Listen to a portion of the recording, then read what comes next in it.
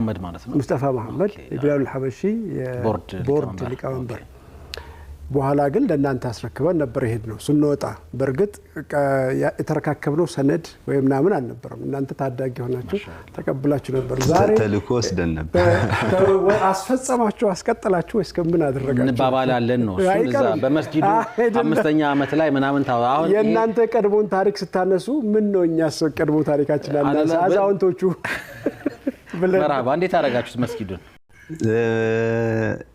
አልহামዱሊላህ አሁን በደንብ ኢንጌጅ ያደረግን ያው በአዲስ በተዋቀረው መጅሊስም እየተሳተፍን አሁን በሰብሳቢነት ነው ምሰራው በእርግጥ ያው ሚንበር መኖረ ቫልዩ አድርጓል የሆነ ጊዜ ቀረጻት ተደርጎ መስጂዱን የማስተዋወቅ ስራም ተሰርቶ ነበር አስተዋውሳለሁና አለ ሌጋሲው አሁንም ፈረንሳይ ሌጋሲው ነው አይደል ሰፈሩ ነው ሌጋሲ